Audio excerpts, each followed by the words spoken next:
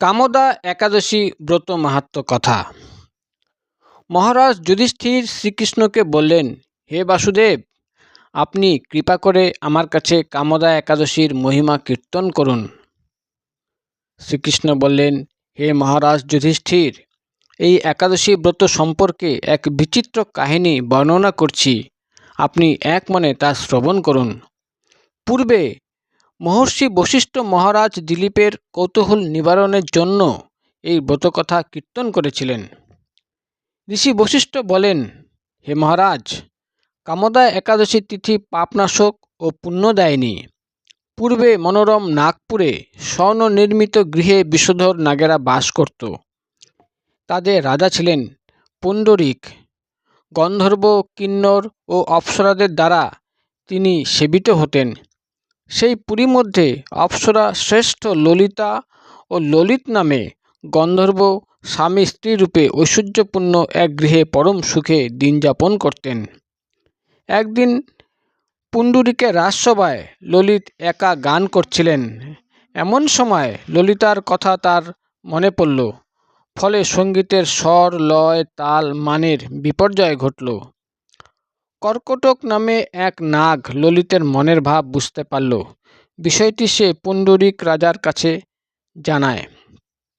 তা শুনে সর্পরাজ ক্রোধ ভরে কামাতুর ললিতকে অভিশাপ দেন, রে দুর্মতি, তুমি রাক্ষস হও। সঙ্গে সঙ্গে ললিত রাক্ষস মূর্তি ধারণ করলেন।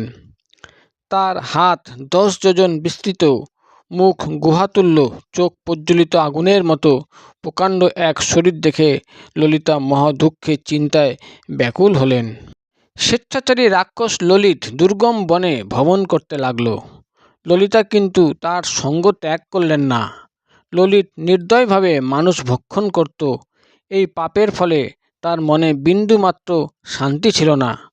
পতির সেই দুরবস্থা দেখে ব্যথিত চিত্তে কাঁদতে কাঁদতে ললিতা গভীর বনে প্রবেশ করলেন। একদিন ললিতা বিন্ধ্য পর্বতে উপস্থিত হলেন। সেখানে ঋষ্যশৃঙ্গ মুনির আশ্রম দর্শন করে মুনির কাছে হাজির হলেন। তাকে প্রণাম করে সেখানে দাঁড়িয়ে রইলেন। মুনিবর জিজ্ঞাসা করলেন, হে সুন্দরী, তুমি কে, কার কন্যা, কি কারণেই বা এই গভীর বনে এসেছ? উত্তরে ললিতা বললেন, হে প্রভু, আমি বীরধন্যা গন্ধর্বের কন্যা। আমার নাম ললিতা। আমার পতির পিশাচত্ব দূর হয় এমন কোনো উপায় জানবার জন্য এখানে এসেছি। তখন ঋষি বললেন, চৈত্র মাসের শুক্লপক্ষে কামদা নামে যে একাদশী আছে, তুমি সেই ব্রত যথাবিধি পালন করো।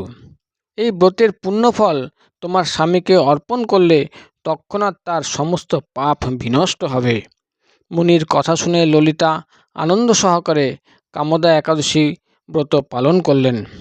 তারপর ব্রাহ্মণ ও বাসুদেবের সামনে পতির উদ্ধারের জন্য বললেন, আমি যে কামদা একাদশী ব্রত পালন করেছি তার সমস্ত ফল আমার পতির উদ্দেশ্যে অর্পণ করলাম।